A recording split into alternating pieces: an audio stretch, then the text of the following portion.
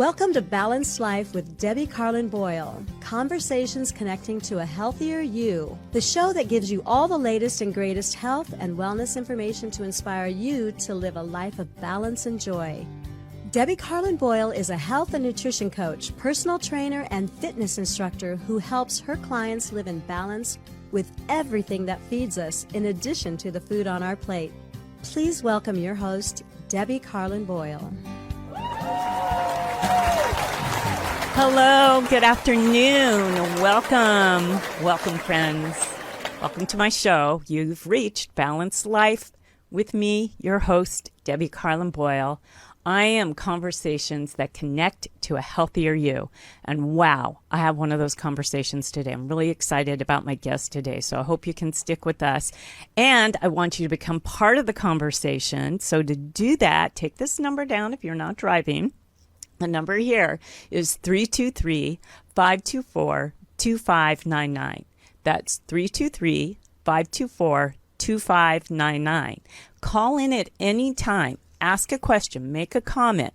If you're listening and you're a client or patient of my guest and you want to do a testimonial, call in, become part of the conversation. That's the idea. That's not just the two of us, but that we incorporate the audience as well. If you're unable to call in, the other way to do it is to go to my Facebook page where I'm streaming live right now, make a comment, ask a question. I've got that up and I can see comments and questions during the show, and I can check and we can answer those comments or questions if need be during the show.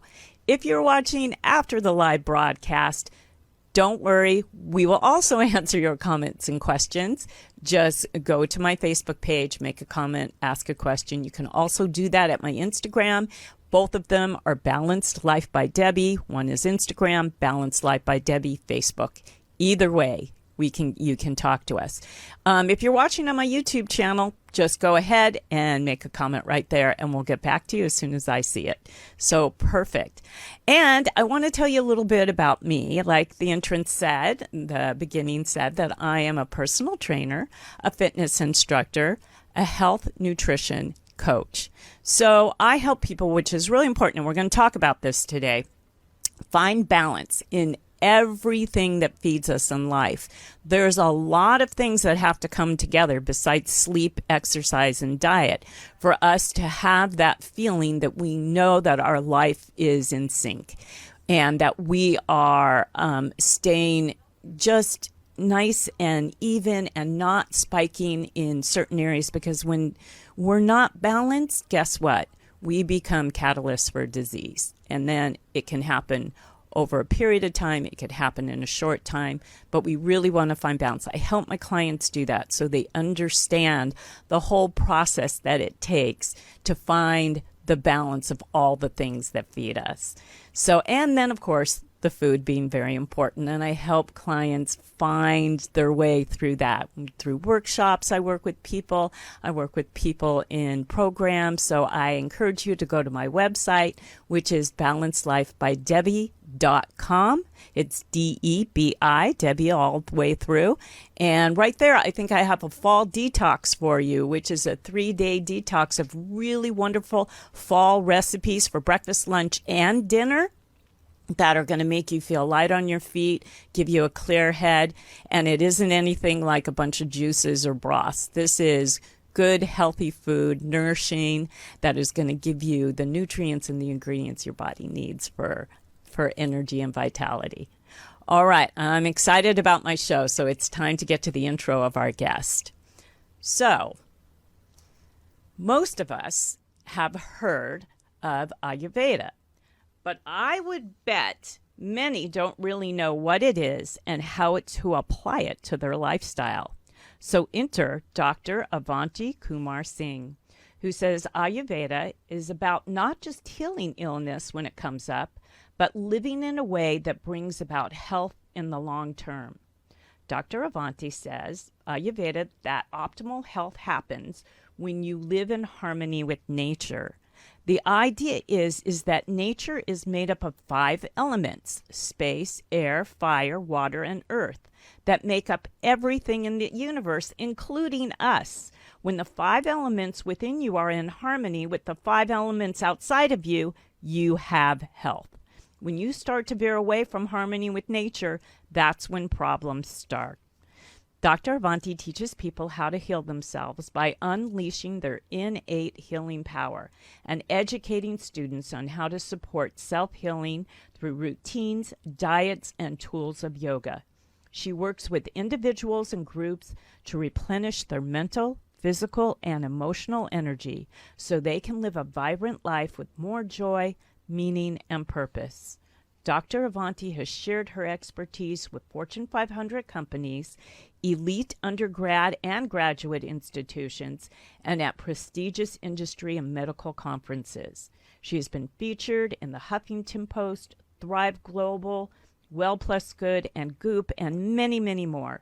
Dr. Avanti currently serves as the director of Ayurveda at Beyond Chicago. Please welcome Dr. Avanti to the show. Well, thank you so much. Hello. I'm so excited to be here with you. I'm excited to have you. I told you that before the show. I told you that in our first phone call. This is really important stuff, and I really, listeners, I hope you can absorb what was being said today, because this is going to be good stuff.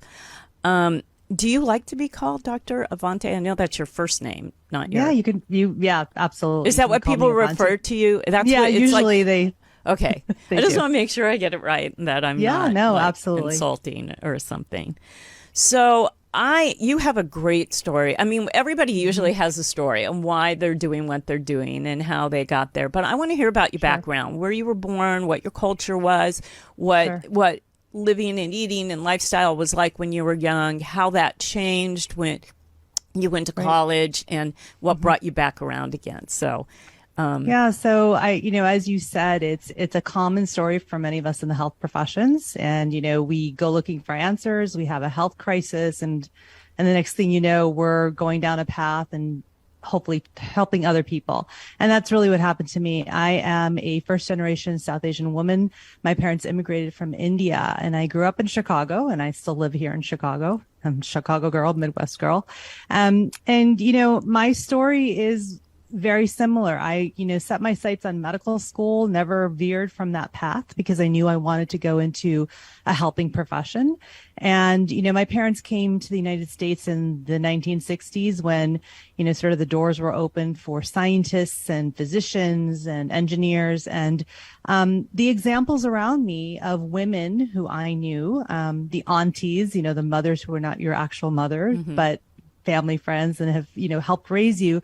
Many of them were physicians. And so that was the example I had. And so I sort of thought, okay, well, I want to be in a helping profession. I'm going to go to medical school. And so here I am, go to undergraduate, go to medical school, and sort of that story of getting quite sick during my medical training, sort of had me really reflect on my life and trying to figure out what was going on with me. I was going to my peers and colleagues in medicine and Western medicine, and there was really no answer. It was sort of the answer of, Avanti, you are a busy young physician in training. You have 2 young children. You are married. You have lots of roles and responsibilities. Of course, you're stressed out.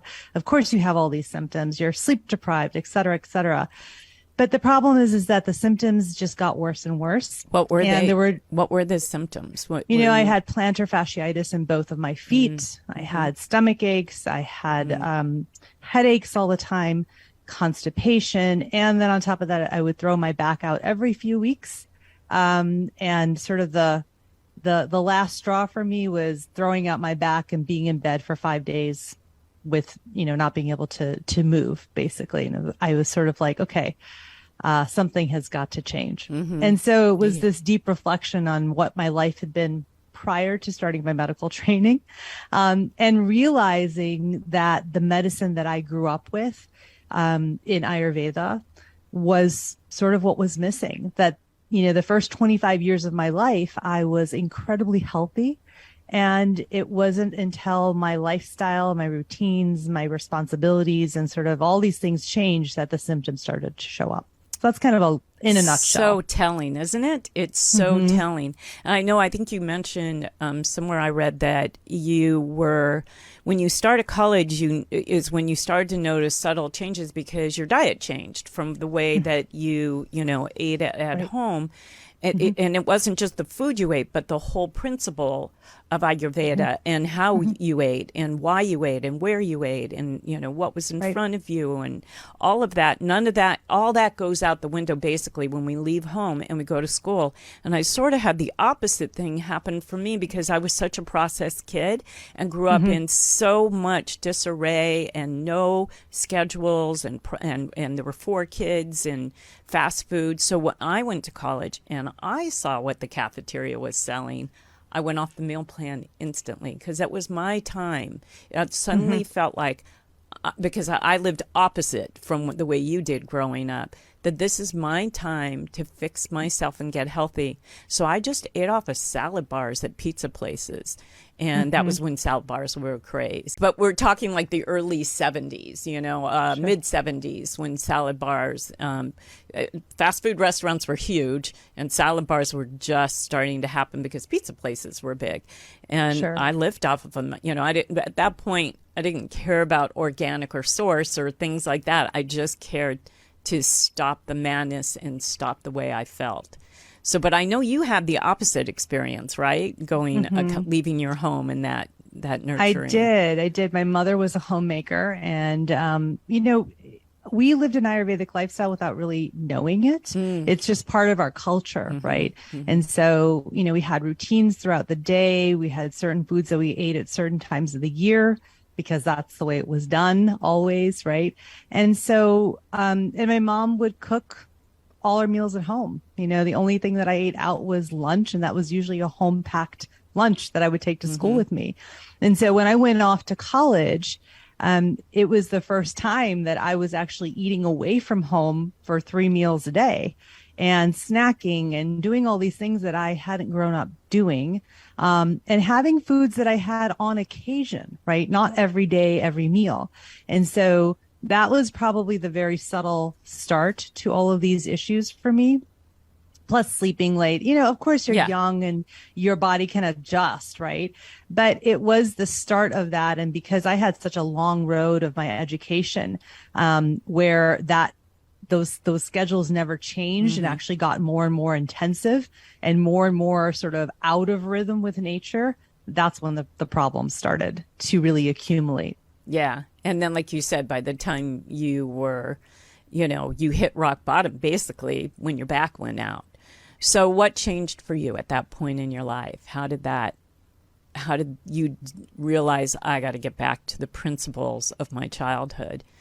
Was that like a light bulb that went off or was it a slow kind of progression? No, I think it was actually a light bulb in the sense that, I had always been interested in other healing modalities because I'm South Asian, right? And I grew up with that. So there was always an interest and I studied it, on my own time when I was in medical school. But I think it really came down to exactly what we were talking about before. Many of us who are in the health professions, we find ourselves in these circumstances where we're rock bottom with all these symptoms and what we've been trained in isn't helping us personally. So we go looking for answers. And that's what happened to me is that I had all these symptoms that couldn't get explained by the Western medicine that I was studying. And so I had to figure out, okay, what's happening to me? And it was that light bulb moment of, oh, well, obviously you're living your lifestyle completely out of sync with nature. You don't even have any connection to yourself anymore, let alone your family, your friends, your patients, the world around you. So of course these health issues are starting to come up. And that was that realization of, well, the first 25 years of my life, I had no health issues. What was different? And that was the light bulb of like, oh, we lived really differently. I lived very differently. And now I am living the exact polar opposite of the way I grew up. That was the light bulb moment for me. Yeah, that makes sense. So were you able to implement sort of your childhood habits right away? And how quick did you see change? I'm curious. So it was a slow process, right? Yeah. I always say this to people that, these issues accumulate over time. It's rarely that this happens overnight for somebody. Mm-mm. It may show up all of a sudden and you think, oh my gosh, all of a sudden I have high blood pressure. But that's not actually true, But right? it's been building for some time. Yeah, exactly. Right? I tell and my so clients it's sort of that understanding that if something takes time to build up, it's also going to take time to build down or to dissipate, right? Yeah. And so I had a very clear sense of that, probably because I was in my medical training. I'm in a healing profession, so I understood that concept. Regardless of what Western culture wants us to believe that everything should have happened yesterday, right? Know. We're such a fast food nation, and in so that way. it was a slow process for me over many years, but it was quite amazing that over just a few months, I could feel significant changes, right? It wasn't 100%. It probably wasn't even 50%. It may have been only 10%, but that was something for me. And did you right away start back to the Ayurveda principles or the way of life? Let's talk about that, like in sync with what it is and what what you did and how it worked for you, because that's how we can kind of put a visual to it. Yeah, Well, let me start with what Ayurveda is, and maybe that'll give more context to than what I did. So. I think so. Yeah, Ayurveda is the healing science that comes from India. It comes from the Vedas, and it is a sister science of yoga. Okay, they come from the same textbooks, and actually Ayurveda uses the tools of yoga and yoga uses the tools of Ayurveda. They are very much intertwined. And it's also the oldest healing system known to man. It's 5,000 years old. And so it's considered the mother of all healing. And most all other healing systems are rooted in Ayurveda, including Western medicine and including traditional Chinese medicine, which I'm sure a lot of people have heard of. And the basic essence of Ayurveda, if you have to boil it down to really one core concept, is the idea that when you live in harmony with nature, you will have optimal health and a vibrant life. That's really how simple it is. That's but simple. We like to make it complicated. I know. I was just going to say that. That's simple, that logical, and so hard to manifest or to implement sometimes, because the understanding of it is really bigger because you have to apply. And but it's so simple and it makes so much sense. So how did it so you started applying principles right away to make this happen and heal you, basically, and put you back on track. Right. Well, I started doing more self-study because, again, my knowledge and experience of Ayurveda was very personal and sort of the way I grew up, not really always understanding the exact reasons for different things. And so I did a lot of self-study, and, I saw this whole idea of, what we now know is lifestyle medicine. And that was something I was studying as a medical resident. And this idea that your lifestyle is so incredibly important to your health. I think what really happened for me is that as I began to do deeper study in Ayurveda, more formal study, I started to see connections between what I was learning as a Western trained doctor and the studies and the data and the things that we were taught to prescribe to our patients. I was seeing the connections between that and what I had learned as a child and what was in this healing science that was 5,000 years old. I saw the connections, and that was sort of where even more light bulbs went off for me, and why I actually left my career in Western medicine and went down this path of a career in Ayurveda and teaching and speaking and writing and all of these things, because I could see the clear connection. And, when I started this almost 15, 17 years ago, very few people knew what Ayurveda was. And they all thought I was a little nuts for leaving my career in medicine to do this. But I somehow knew that this was the future. And fast forward, and we see every year more and more studies, more and more data that is proving everything we knew in Ayurveda. So it's a really gratifying thing to see, but also really, really exciting. Powerful. Very, very, very powerful. Yeah, I mean, for you who knew food is medicine And you don't need to prescribe something to heal somebody because it doesn't heal them. It just kind of puts some tape on them, a Band-Aid. So once you understand, it's hard to go down that Western medicine path to help people when you know better about how you can help people through the Ayurveda methods and practices. Right. Let's talk about that. What is it? What does one have to implement into their lifestyle? Let's talk about lifestyle. And because that's really what it is. It's a lifestyle, what we were saying earlier. What does somebody have to do? How does that work for them? And how do all these elements come together to keep you healed and in harmony? So yeah, that's a great question. Let's back up for a second and let me explain what Ayurveda, the actual word Ayurveda in Sanskrit means the science of life. Okay. And it's literally a manual for living. Okay. There's this idea that everything in the universe, including human beings, are made of those 5 elements that you mentioned in the intro, right? Air, space, fire, water, and earth. And the idea is that each of us is born with a certain genetic blueprint, different proportions of those 5 elements. And that is our natural state of balance. It's again, a genetic blueprint, that, if you will. And the only time that we will be in that perfect balance is when we are born and then when we die. Oh. Every other minute of our lives, we are going in and out of balance all day long. And so the idea in Ayurveda is that when you start to veer away from your personal natural state of balance, now this is individual for each person. When you start to veer away from that, symptoms will start to show up. And that is information. That's a sign that you are starting to go away from your natural state of balance. It's information. It's sort of like, okay, do something about that. Right.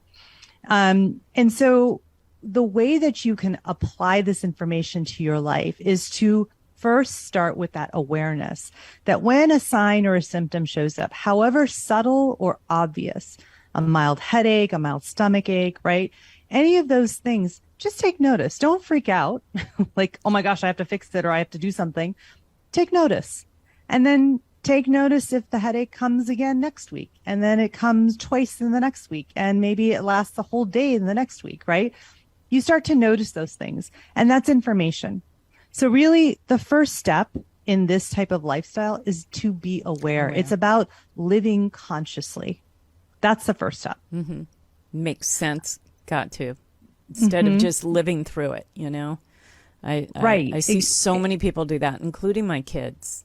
Are in this pattern, and I don't know if it's the age or the lack of education, just of how when they're not feeling good, but they're not conscious that it's piling up, that it's building up, and that's something bigger.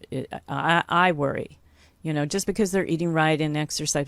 Both my kids are yoga instructors, but just because they're exercising and eating right, there are so many other things that are off balance, and they won't listen to me. It's so easy for our culture to do this. The way we run around and we're not living in sync with ourselves, basically. Right. I can see how it's how we can easily let one ache and pain one day, like you said, add up and just become such a bigger issue short period of time, and even bigger during a long period of time, because usually if there's a headache, more symptoms are on the way if you don't deal with the why of the headache. So many people who know a little bit about Ayurveda will start to ask me about the dosha quizzes, or finding out their body, mind, constitution. And I always tell them that I'm not a big proponent of that, because I don't know that information really helps you when you're first starting out. It's more to become aware that this is information for you, and that once you start to become aware, you can then start to figure out how to get yourself back a little more.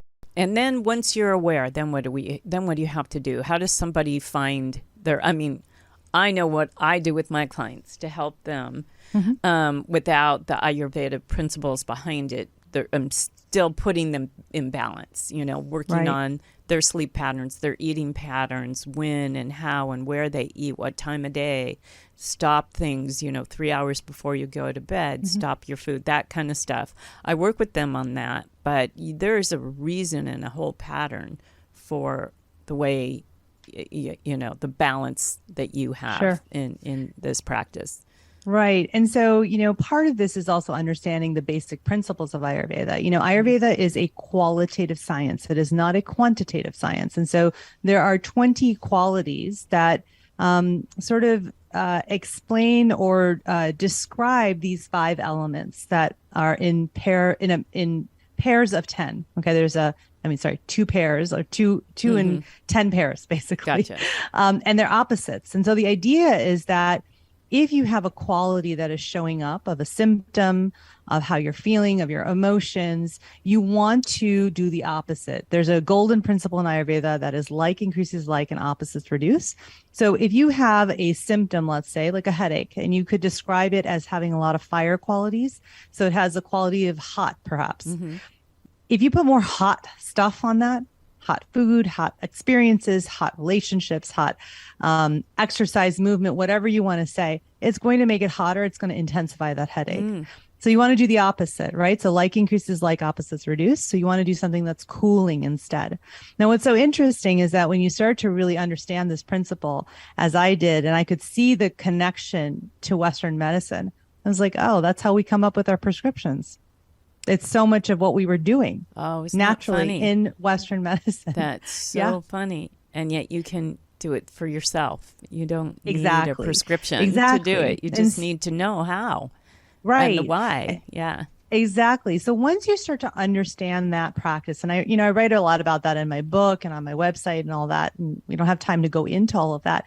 But once you understand that basic principle, right, you can then start to apply that to remedies. And it's a 3-step process that I kind of came up with. It's called the counterbalance solution. So step 1 is identifying what your symptom is and realizing that that's, becoming aware and realizing that that's information and identifying the quality of that symptom. So let's say hot.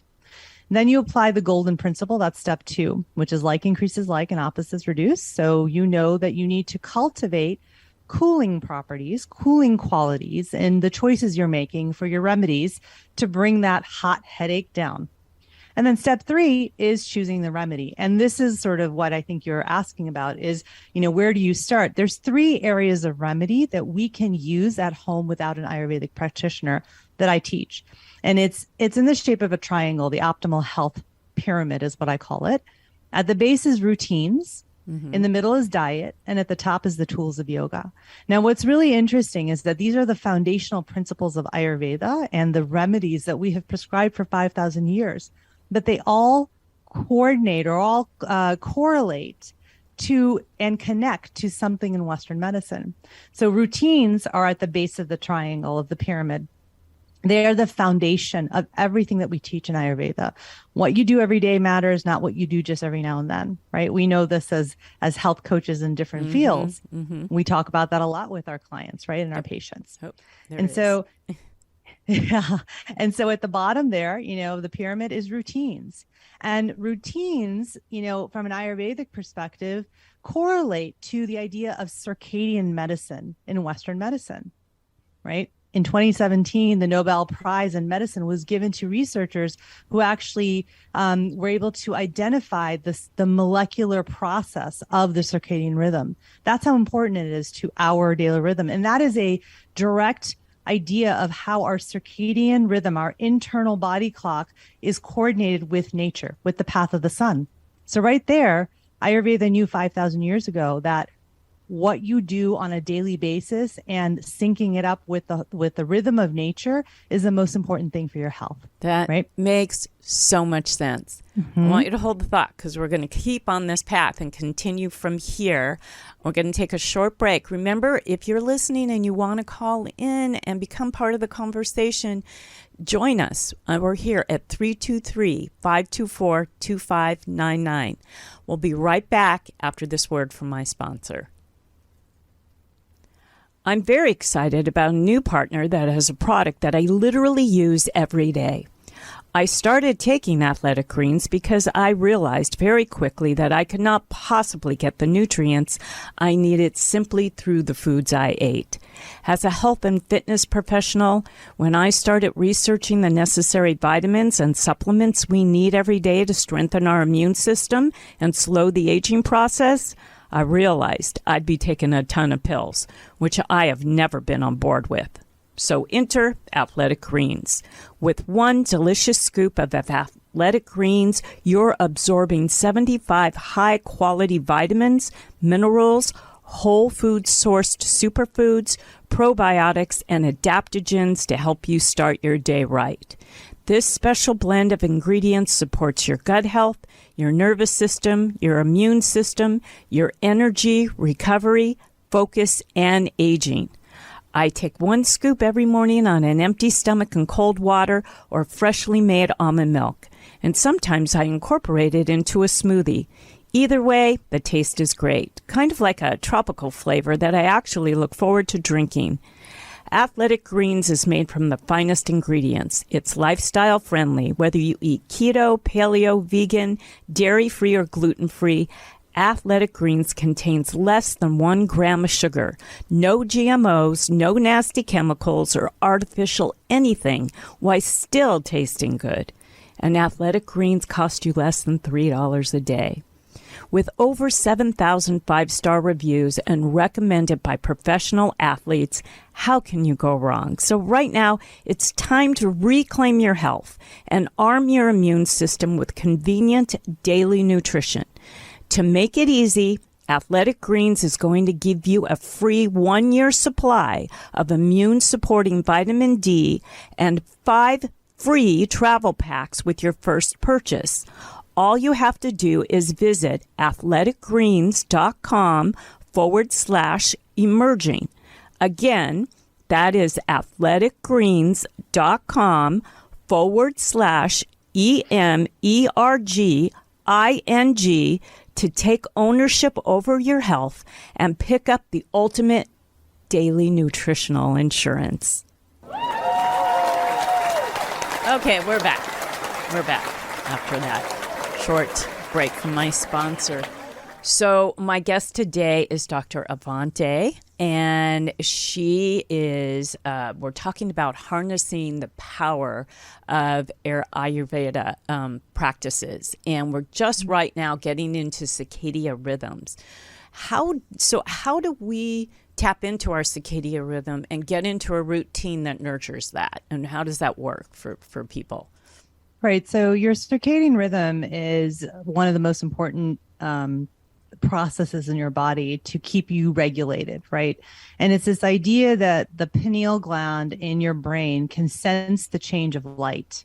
And based on that sensor of light changing, going up or down, it releases certain hormones. So as the light starts to fall in the evening, the brain will say, oh, it's night. It's time to turn on melatonin production and turn down or turn off cortisol production.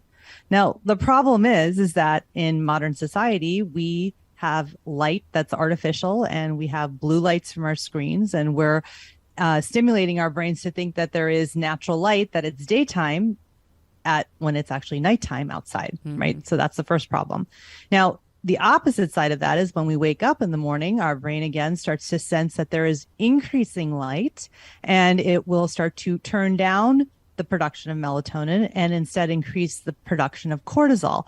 And cortisol helps to help us keep awake, stay awake, get things done. Melatonin, on the other hand, helps us to go to sleep and stay asleep, right? So right there, just you can understand the very fundamental level. If we are not sleeping and waking with the path of the sun because of these artificial lights, blue lights from screens, et cetera, we right there are dysregulating our hormone production. And melatonin and cortisol are so incredibly important for all of the other hormone production. It's like a cascade, right? And so once these two hormones get dysregulated, the others get dysregulated. Yeah, it's a trickle-down effect, and then everything starts to go south.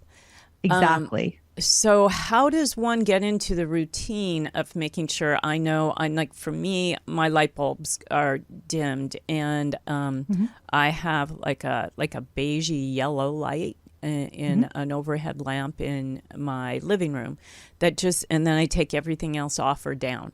So everything's just on a dimmer. So, and I do that the second it starts going, the sun starts going down. Just so, or I need light in the house, just the minimal of light is what I use because I know my body is going into, the stage that I'm winding down. Melatonin needs to come up and I want to do that naturally. I don't want to give it any help. Right. So, right. And, those overnight hours from 10 p.m. to 2 a.m. That's our cleanup time. That's our natural detoxification time for our bodies. And it's so important that we're sleeping so that our body can use its energy to clean up and process and eliminate toxins and not be dealing with new stuff coming in. Right. Food, inputs, sensory inputs, all of that kind of stuff. I think the biggest thing, which I think, your ideas are great of dimming the lights, adding some soft bulbs, adding counteract, sort of that brightness of the light bulbs in our homes. The most important thing is to turn off the screens, right? This is the biggest culprit of the hormonal dysregulation that's going on so widely right now is these screens, right? And I am just as guilty. I'm not perfect either, right? Become addicted to it. There's so much we do with them. We shop with them. We get information from them. We read with them. Our books are on our devices. We play games, Wordle, whatever it may be. Yeah. Everything we do requires a screen. Even what you and I are doing right now, it's just, it's everywhere. It's not the same that it was 25, 30, I was talking to my daughter the other day. She's in her late 30s, and her daughter is already on a screen, and she's not even 2. And she said, what did you do with me when I was this little? And I said, well, this was not an option. So we had to find things for you to do and play with. And, it was it's so different now. It's so available for us. It is. But, there are things you can do. First of all, again, become aware. If you're having sleep issues, that you've got to do some sleep hygiene. So this might be one of the things that's contributing to the issues, right? The other thing is use those, the night filters, the night mode on your screens, right? That puts a red filter on top. And so it actually will change the frequency of the light so that it's less stimulating to your brain. There are simple things that you can do like that. Have a clear cutoff time. Blockers, the glasses, those work. Yep. Blue light blockers. But I think it's also, just realizing that maybe you just have to have a cutoff time with doing things on screens. Yeah. And that is an undoing for a lot of people. And that's getting into the most important time. And for us, it's not the REM sleep. It's the deep sleep beyond REM sleep. That is really the cleanup time, the detox time, the time that you're right. All our vitamins, minerals, and nutrients are going where they should be going and doing their thing and not disrupting our sleep. And so it's so important that people kind of create new habits, which I think is the hardest. That's Absolutely. What I'm sure you do this with your patients and clients. But you have to support them because like we were saying earlier, habits take time. It's little pieces, little baby steps at a time till one day becomes 2 becomes 4 becomes 6. And then we've created something, but you usually have to stop something you're used to, or I don't want to say the word addicted, but that you really like, and you don't want to give up, whether it's late night television or, having a snack late at night, whatever it is, or you have to turn things off, including your body's ability to start the rest cycle. You have to turn that on and you have to turn things off for that to happen. And It's Sure. really hard for people. How do you go about that? How do you work with your clients with those steps? I mean, it's identifying what's going on in the evenings for them. What are the habits that they have? Whether it's reading on an e-reader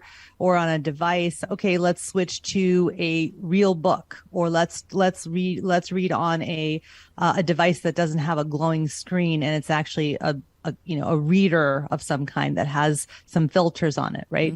So it's small things like that, or when are you eating your dinner?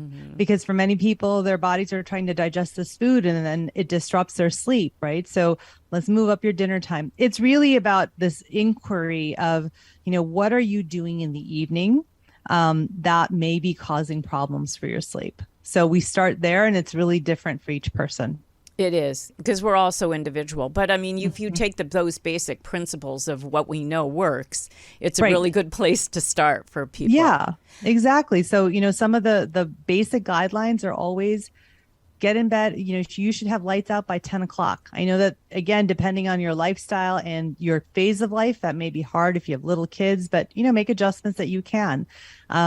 Make sure that, because you want to make sure that you have those hours overnight when nature is sleeping, you should be sleeping too, right? That's that cleanup time, that detoxification time that is so important for our health. And the other thing is blue light, right? I have a recommendation that you have turned off your blue lights 2 to 3 hours, if you can, before your bedtime. And then another one is to stop eating at least 2 hours before bedtime. So those are 3 recommendations that you can start doing as an evening routine. Yeah, and those are simple. But again, they're going to take little baby steps. Don't expect that all 3 are going to be done or you're going to stick to it. And there is always, I mean, even if you can do an 80-20 principle of that, pretty soon your body, your rhythm's going to go along with that flow and you're just Right. going to want to do it. It's just going to become habit. Exactly. In the time, not the whole time we have left, but I really want to talk about, because these are great ways, biohacks for better sleep, but I really Sure. want to talk about the food component of Ayurveda and how that works, because I know, food is very seasonal with when you practice the principles. Sure. All of this is so logical and makes so much sense. Can we talk to the listeners about Sure. how they can implement the principles of eating? Just even the simple things of understanding, like I was saying earlier, of preparation and where you eat and how you Sure. eat and then what you eat. Can we talk Yeah, about that? Absolutely. And so, that middle area of that pyramid that I talked about, with regard to diet, that correlates to this idea of the gut microbiome, right? And the gut brain, and realizing that every illness is, we can connect it back to the gut microbiome. We know that there's the gut brain in Western medicine. We've known this for 5,000 years in Ayurveda. But the idea of food is not just what we eat and drink. It's what we take in through all 5 of our senses. Okay. And so that directly relates to this idea, the principle of what I call the principle of Ayurvedic eating, which says that what you eat matters. It does. But where, why, when, and how much matter more. And I know that is not a popular idea because, in Western culture, we're very focused on what we are eating all the time, which is fine. We're focused on numbers, like you talk about this, but we're focused on calorie counts and weight and time and all of that is numbers. And we really need to readjust our focus, to be successful at eating peacefully, should I say, and then in harmony. How does that happen? How do we do that? Yeah. And so it's this idea of this principle of Ayurvedic eating and sort of starting there. And it's the reason that I will meet people at every lecture that I do who will say to me, Dr. Kumar-Singh, I have eliminated this and this and this and this from my diet and I still don't feel well. And I always say to them, well, let's talk a little more. Like, what else are you consuming through your other senses? But also, why are you eating? Where are you eating? How much and when are you eating? Because that's also important, right? So let's go through that. The why, that's probably one of the most important functions. Are you eating to nourish yourself, to use food as medicine?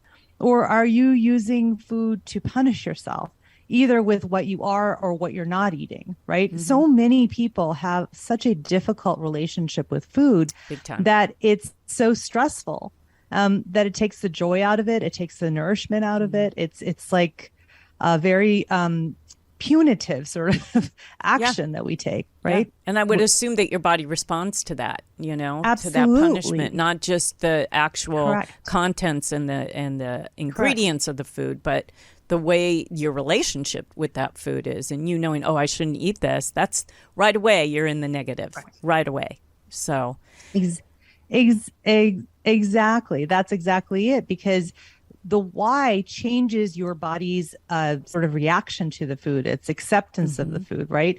And so that is so important, changing your perception of this idea that food is nourishment, food is medicine, rather than it being so about the calories and the quantities and all of that. It's a very different idea. It's sort of this idea of nourishment versus consumption. Very different philosophies and perspectives. Different things. Right? Yeah, two different things. Yeah, that relationship with food is so important. I always tell my clients, don't stand at the counter and eat. Don't mindlessly eat. Think about, is this, I always talk to them because of the gut-brain connection, because you're going to be putting it in your gut, but is this good for my brain?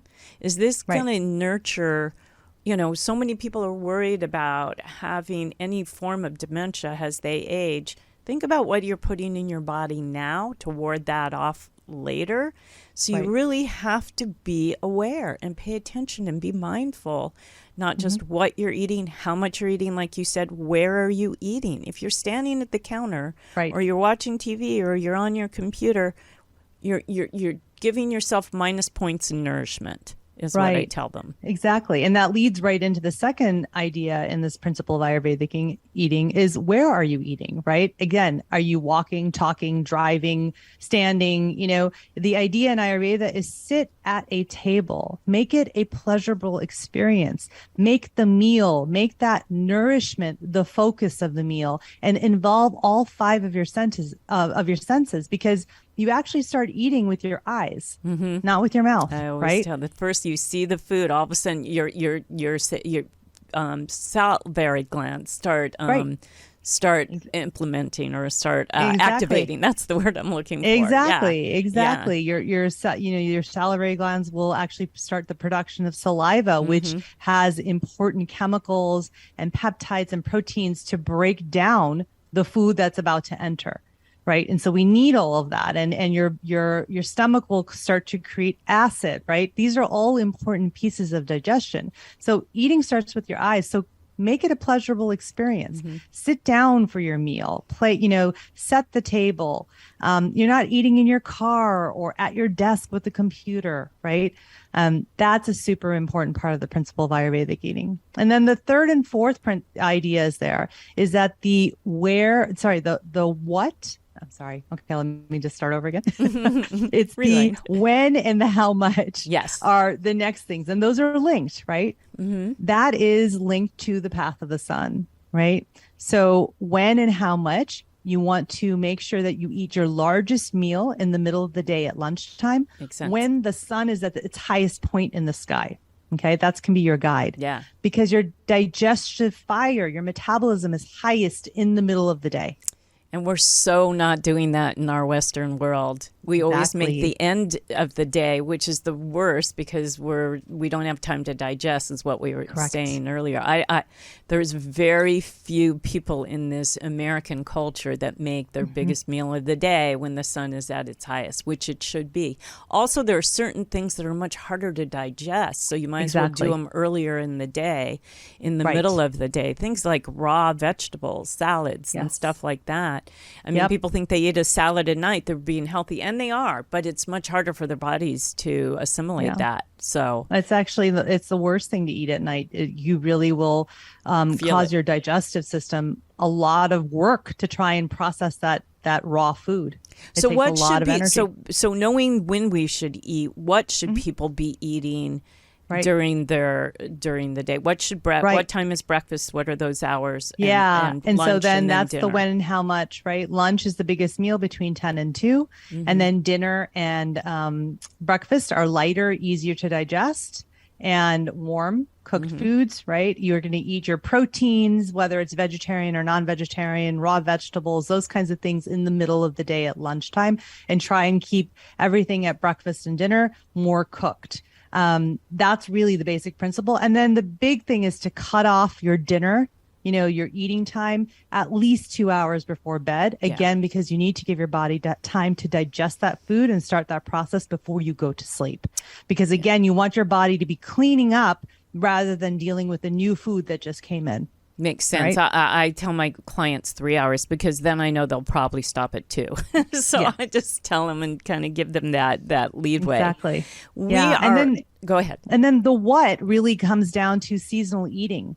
This idea, Mother Nature is so much smarter than we are as humans. She knows what to provide at what time of the year to, basically counterbalance or balance out what we need, the qualities that we need. So, in the summer, we have these cooling, water-rich, juicy, high sugar content Sweet, fruits and vegetables available, right? To cool us off, to give us that energy we need in the hot weather of nature. And the same thing in the winter and the fall, we have more root vegetables that have a lot more starches, have a lot more density that keep us warmer in the colder months. So sensible. It makes so much sense. Absolutely. I love it. And of course, in terms of what we're eating, we're talking about healthy, whole, unprocessed foods that, nature provides, of course. I mean, that should go along with these principles, I would imagine, 100%. And cooking and using your spices and your herbs and things, that's our medicine. Really, the things that are in our spice rack and those fresh herbs, you can make teas. I know you have a tea on your website, and we are actually running out of time. I want to get people to your website, how they can contact you, and I also want to, I know it's up on the screen, but some people are just listening to us. So I want them to get how to contact you. I want you to mention your book, any projects or workshops or things coming up, how people can work with you if they want, and then also talk about your new book coming out. So we're going to do all that in the next 2 minutes. Okay, absolutely. So you can find me at AvantiKumar-Singh.com. That's my website. You can really get linked to everything, my book, my podcast. I am on Instagram at Avanti Kumar-Singh. I try to answer all of the DMs that come. So if you want to connect with me, that's a great place to do it.